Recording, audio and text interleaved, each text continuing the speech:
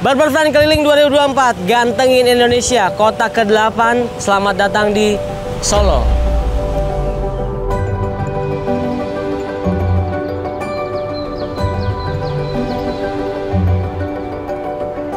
Bagi sebagian orang, mencukur rambut adalah hal yang tidak penting. Sebagian lagi menganggap cukur rambut adalah hal yang sangat sakral. Tapi bagi saya, pria dengan rambut itu seperti wanita dengan make up. Walaupun pria suka dengan wanita tanpa make up, tapi wanita merasa lebih percaya diri dengan make up. Halah, ngomong apa sih saya? Intinya, sekarang Barber Friend sudah berjalan menuju kota ke-8, Solo.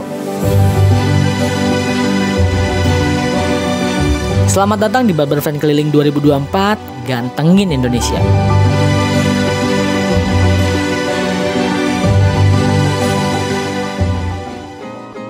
Teman-teman, jadi ini adalah kota ke-8 Barber Friend Keliling 2024.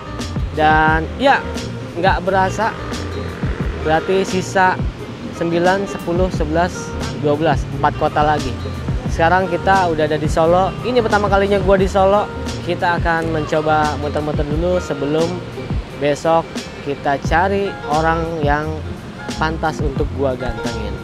Setelah 3 jam perjalanan dari Jogja, akhirnya sampai juga di Solo dan gue langsung ke taman yang dimana di sini ada satu tukang cukur unik yang kemarin sempat viral gue lihat di Instagram dan banyak yang nge-tag-in gue, yaitu tukang cukur keliling.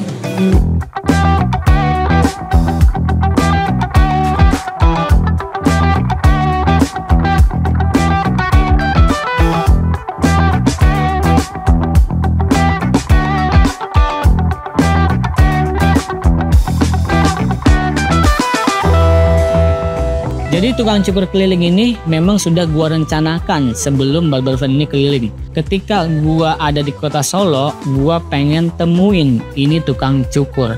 Karena kemarin banyak banget yang minta gua untuk nyamperin tukang cukur ini dan ngobrol, kalau bisa gua itu kasih edukasi, kasih ilmu, terus kasih alat juga supaya tukang cukurnya bisa naik kelas.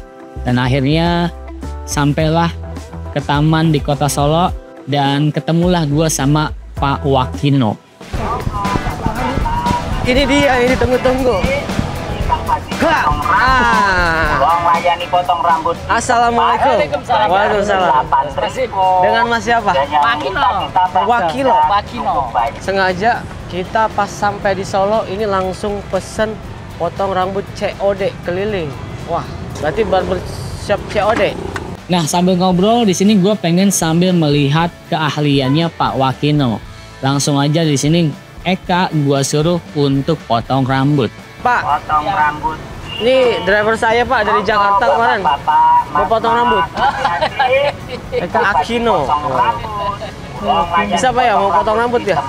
Saya. Kemarin-kemarin pas viral gue lihat itu harga cukurnya Pak Wakino itu 7.000. Di gerobaknya itu. Nah sekarang pas gua datang ke Solo udah naik jadi 8.000 untuk cukurnya. Potong rambut COD keliling 8.000. 8.000 apa 10.000 Pak? 8.000. 8.000 kalau dipanggil 10.000. Oh, keliling 8.000. Ya, jadi kalau saya pas keliling ada yang mau potong itu 8.000. Jadi kalau cukur keliling, lu tau nggak? 8.000 nih. Nyukurnya begini nih. Tidak. Gitu. Di berbagai tempat. Iya. Ya, sambil keliling kan Pak? Iya. Nah selain cukur sebenarnya Pak Wakino itu lebih mendalami pijitannya. Dan sekali pijit dan cukur itu dihargain 12.000. Tapi gua nggak sempet nyobain karena ya udah kesorean juga. Jadi gua harus cepet-cepet balik untuk istirahat. Ya. Ini juga ini ada yang saya kan potong rambutnya dimodif sama pijet. Ada pijetnya? Masase ya. Kalau di sini ada kan kalau tambah pijet 12.000 ada itu tadi. Oh, tambah pijet 12.000. Jadi 12.000 sama pijet? Iya. Ini mau dipotong apa dulu nih Pak? Bagusnya Pak? Lah, mari ya mintanya seperti apa? Oh, mulet ya. Mulet. Lu mau mulet? Ya. Kira-kira Pak Wakino tahu nggak cukuran mulet seperti apa? Dari gerak-geriknya Pak Wakino sih ini meyakinkan ya kalau dia bisa bikin mulet untuk rambutnya Eka. Bisa mulet, Pak? Mulet ya? Mulet ya, Mas? Mulet Jeffrey Nicole, Pak. Bisa nggak? Gimana? Mulet Jeffrey Nicole. Belum tahu istilahnya. Belum tahu ya? Belum. Nah, kita potong coba mulet. Tapi pas mulai cukur, ada. Kayaknya dia nggak tahu mulet seperti apa. Jadi langsung aja hajar, bagian belakangnya juga ditipisin. Mungkin gini ya, menurut gua Pak Wakino ini walaupun secara teknis dia tidak terlalu mendalami teknik cukurnya, tapi secara servis, komunikasi, ramahan, itu patut gua apresiasi. Karena banyak tukang cukur yang dia jago banget, tapi malah servisnya kurang menarik, komunikasinya buruk, terus tidak ramah sama customer. Justru itu malah menghilangkan dari esensi servis cukur rambut tersebut. Tapi ternyata Pak Wakino ini dulunya bukan tukang cukur. Dia bekerja di rumah sakit sebagai staf poliklinik. Pak Wakino udah berapa lama, Pak, menjadi tukang cukur, Pak? Saya itu tentunya tukang cukur lama, tapi dulu itu fokusnya masih kerja di rumah sakit. Saya pensiun kan 2 tahun yang lalu. Di rumah sakit? Rumah sakit Dr. Solo. Sebagai? Di poliklinik, staf poliklinik tapi bukan perawat. Nah, potong rambutnya dari kapan? Bisanya? Sejak masih kerja rumah sakit sudah punya kios potong rambut. Oh, yang kerja siapa? Jadi saya sendiri kalau sore. Oh, jadi 2 pekerjaan gitu, Iya. Pak ya? Oh. Ya 3 pekerjaan bisa, yang 1 pijet tadi. Oh, pijetnya juga Ya, ada ya. di Di potong panggilan. rambut? Panggilan juga? Iya. Ini menarik. Kenapa akhirnya dia bisa berpindah profesi menjadi tukang cukur? Kenapa memilih potong rambut, Pak? Istilahnya panggilan jiwa, Pak. Panggilan jiwa? Iya. Panggilan jiwa. Saya pijet itu juga panggilan jiwa karena dari orang tua saya juga ada keturunan juga. Nah, saya seneng gitu. Apa yang bikin suka potong rambut tuh? Yang menyenangkan dari potong rambut apa, Pak? Yang jelas itu kan membantu orang, Membantu kan orang. lebih fresh, lebih kan orang kalau setelah dipotong kan jadi ganteng gitu. Ya. Jadi seneng mereka. dan ya? senang. Itu yang bikin seneng, Pak ya? Bikin senang ya. Yang menarik dari Pak Wakino ini, dia menjual jasanya cukur keliling itu kayak dagang tahu bulat. Jadi dia ada kayak speaker yang dimana itu tuh kayak dagang tahu bulat. Potong rambut keliling. Monggo bapak-bapak, mas-mas, adik-adik ingkang badhe potong rambut. Kula nglayani potong rambut di tempat cukup bayar 8.000. Dan yang minta ditambah pijat cukup bayar 12.000. Yang bisa gue pelajarin dari Pak Wakino kayaknya lebih ke daya juangnya dia. Di masa COVID kemarin dia tetap bekerja, malah mencari sampingan yaitu cukur rambut, sampai akhirnya cukur rambut sekarang yang menghidupi dia. Jadi dia rela nyamperin kemanapun customer, bahkan kata dia itu sering nyukurin orang-orang yang kena penyakit kayak stroke, terus udah tidak bisa jalan, dia datang ke rumahnya untuk potongin rambut-rambut mereka. Dan jadi selain daya juangnya, gue juga belajar bekerja ikhlasnya. Perkembangan industri barbershop di kota Solo ini cukup terasa. Hal tersebut dapat dirasakan dari menjamurnya barbershop yang semakin modern di kota ini. Namun, di tengah modernisasi barbershop di kota ini, muncul seorang tukang cukur sederhana dengan cara unik dalam menjajaki jasa cukurnya.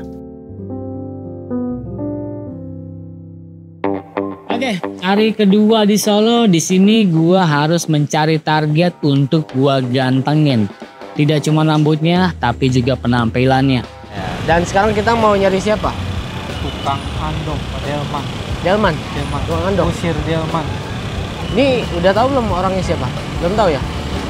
Belum tahu. Kita cari aja langsung. Langsung aja. Oke, teman-teman, kita akan muter-muter sekitar taman ini dan gua akan langsung menyergap Abang Andong untuk gua culik ke barber friend dan kita bikin ganteng. Siap. Langsung aja kita gas.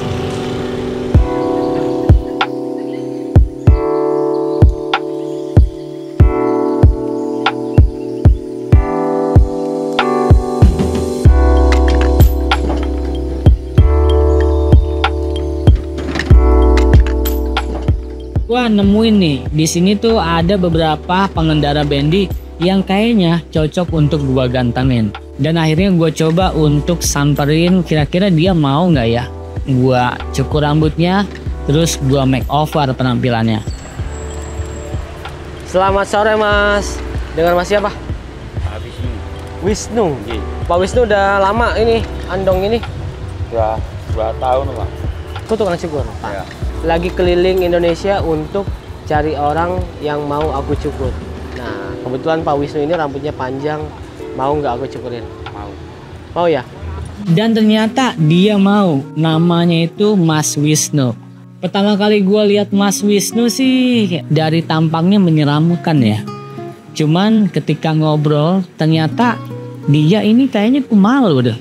Gue nggak tahu ya antara dia pemalu atau memang dia orang yang tidak banyak ngomong dan flat aja mukanya. Mas Wisnu udah berapa lama menjadi Bendi. Oh, namanya Bendi. Iya. Udah kecil loh. Udah mainan kuda. Sejak kecil umur Iya. berapa, Mas? Umur 11. Masa? Oh, 11 tahun udah mainan kuda. Iya. Kalau itu tanpa andongnya gitu. Iya. Oh, udah main kuda langsung gitu loh. Ya pegang itu. Megangin tok. Iya. Oke. Nah ternyata Mas Wisnu ini dari umur 11 tahun sudah bermain sama kuda nih.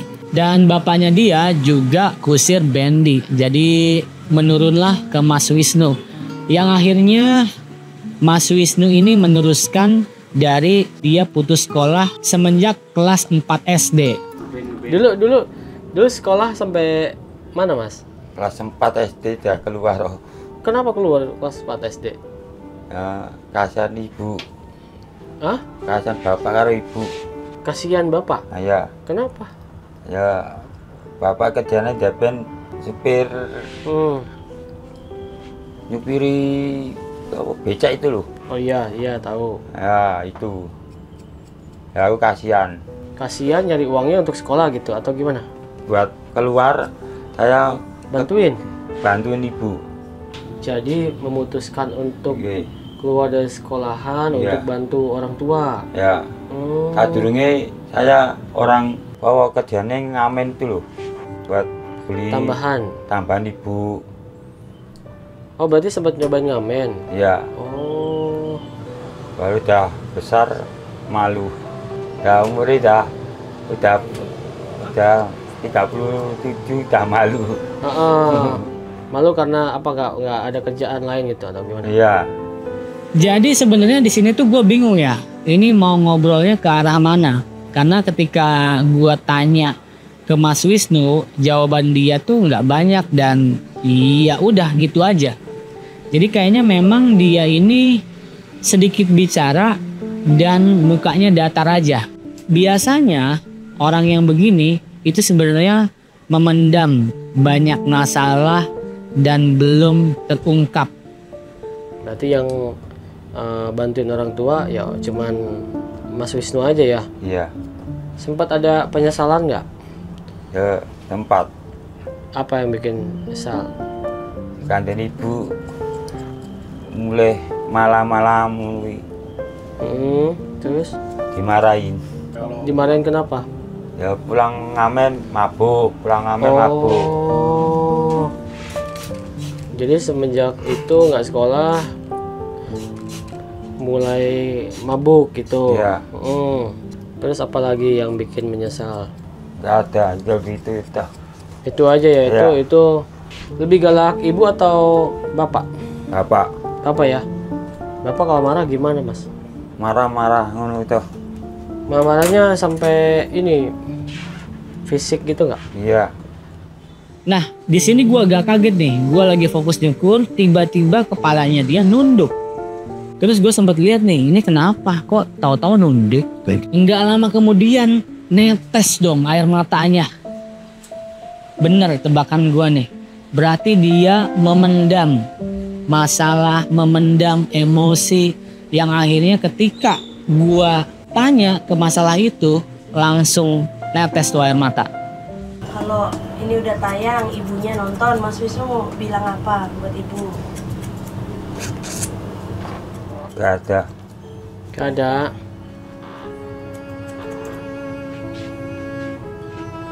Mas Wisnu kenapa?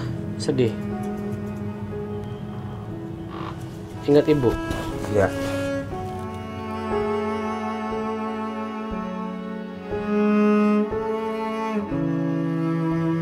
Pengen bahagiain ibu. Kalau ada kesempatan berubah, Mas Wisnu mau berubah nggak? Berubah. Biar jadi lebih baik ya. Ini yang tadinya gua kesal sama dia karena ketika gua tanya jawabnya gitu-gitu doang, akhirnya langsung berbalik 180 derajat. Jadi kayak, oh ternyata Mas Wisnu ini punya hati yang rapuh. Gimana ibu nasihati kamu, Mas? Ya, jangan pulang malam-malam. Jangan pulang malam-malam. Berarti emang dulu sering pulang malam gitu ya? Iya. Dan itu sering, ibu sering marah-marah? Iya. Jangan mabuk-mabukan. Ada nggak begitu? Iya. Berarti yang paling sering diingat adalah jangan pulang malam-malam gitu ya?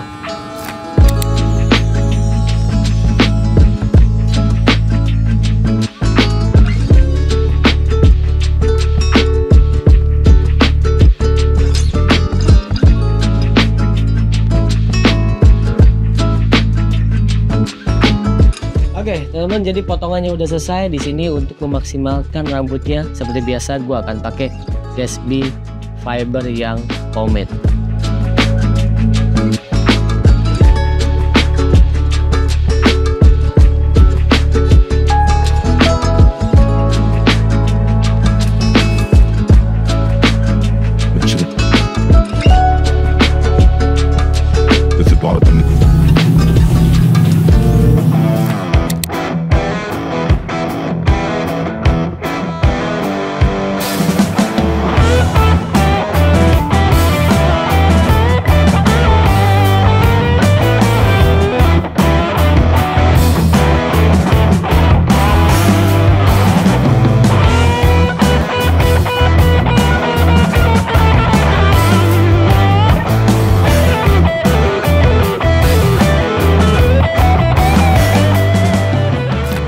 Akhirnya potongan pun udah mau selesai dan di sini gue melihat bahwa seorang yang tampangnya menyeramkan pun dia punya hati ketika membicarakan ibunya, dan ini sangat terlihat di mata Mas Wisnu.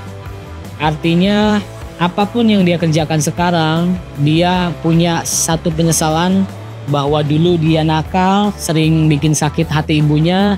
Dan itu akhirnya membuat dia menyesal dan sekarang dia mau mencoba untuk memperbaikinya. Jadi apapun yang dia lakukan sekarang itu untuk membahagiakan ibunya. Lewat mana kita? Pak, gimana penampilan Mas Wisnu?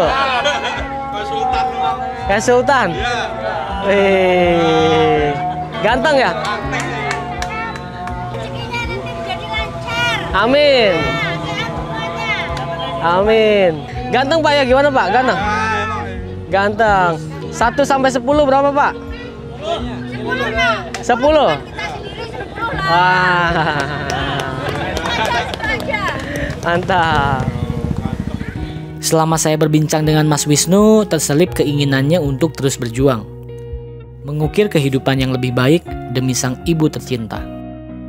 Perubahan ini adalah awal sebuah pesan bahwa siapapun bisa terlihat lebih baik, merasa lebih baik, dan menjadi lebih baik.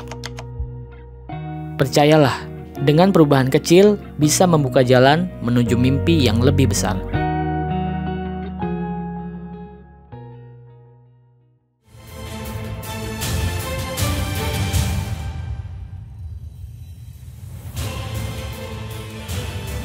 Ini rambut manusia atau rambut? Itu rambut ibu saya satu. Oh iya. Ini dia, bulu angsa. 2019 alhamdulillah bisa beli rumah Surabaya. Wih, iya, udah beli rumah. Terjawab, iya, bisa beli rumah. Anak-anak muda tuh kebanyakan ngeluh gitu, Mas. Ngeluh, jangan iya. Kalau ngeluh itu awal kehancuran. Oh, awal kehancuran tuh. Iya, ngeluh itu. Jangan ngeluh. Jangan ngeluh. Masih muda ngeluh.